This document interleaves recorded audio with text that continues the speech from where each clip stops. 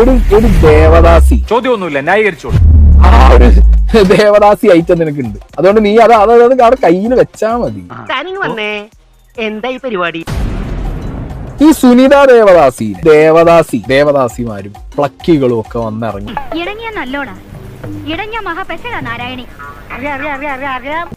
Revenge mode ഓണാക്കി വരുന്ന അതിന് ഇവനേതാ റിവെഞ്ച് എടുക്കാൻ? മരപ്പെട്ടി എന്താ വിളിച്ചേ? മരപ്പെട്ടി ഒന്നും കൂടി വിളിക്കണി. പെട്ടി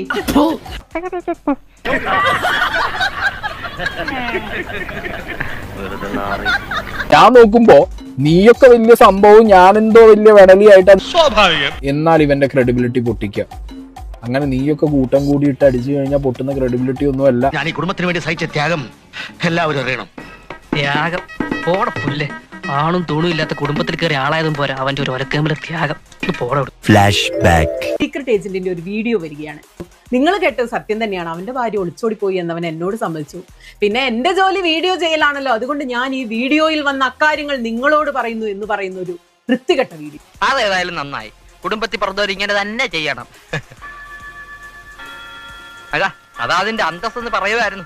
ഇത്രയും നല്ലൊരു സുഹൃത്തിനെ കിട്ടണമെന്നാണ് മലയാളക്കരയിലെ 99% മനുഷ്യരും ആഗ്രഹിക്കുന്നത്, അല്ലേ? ഈ നാറി ഉണ്ടല്ലോ ആദ്യമായിട്ടല്ല ഇങ്ങനത്തെ കാര്യങ്ങൾ ചെയ്യുന്നത്. കണ്ടന്റ് ക്രിയേറ്റർമാർക്ക് എന്ത് പ്രശ്നം വന്നാലും അത് എത്ര വ്യക്തിപരമാണെങ്കിലും ഈ മനുഷ്യമൃഗം അവരെ വിളിക്കും. വ്യക്തിബന്ധം എന്ന് സ്ഥാപിച്ച് ഫുൾ വിവരങ്ങൾ ചോർത്തിയെടുക്കും. എന്നിട്ട് ഒരു ഒളുപ്പമില്ലാതെ അത് സോഷ്യൽ മീഡിയയിൽ വന്ന് കണ്ടന്റായി വിളമ്പും. എല്ലാരും സാറ് പറഞ്ഞ അതേ അഭിപ്രായം പറഞ്ഞു. ഫിറോസ് സജ്ന വിഷയം ഈ അടുത്താണ് ഉണ്ടായത്. അപ്പോഴും ഇത് തന്നെ ചെയ്തു. ഫിറോസിനെ വിളിക്കും, സജ്നയെ വിളിക്കും. സജ്നയുടെ ഗർഭമൊക്കെ ആദ്യമായിട്ട് സ്ഥിരീകരിക്കുന്നത് ഗൈനക്കോളജിസ്റ്റ് അല്ല, സീക്രട്ട് ഏജന്റ് എന്ന മലരനാണ്.